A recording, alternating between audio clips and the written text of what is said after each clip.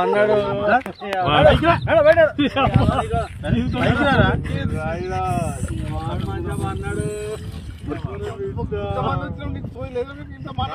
బాబాయ్ వాళ్ళు చచ్చిపోయి అనుకుని పోయినట ముసైతాను చచ్చిన నీళ్ళు పోయినాకు దీనికి మంచి రైట్ ఎందుకు పన్న వాళ్ళ ఎందుకు అనుకున్న వాళ్ళ ఈ చల్లదనానికి ఎండకు చేయలేక కన్నీకి ఓడిపోయి వచ్చిన గెలవలేక ఏం చేసావు 10 రోజుల నుంచి గణేట్ చేత నాతో గట్టించి నా కష్టం దోచుకొని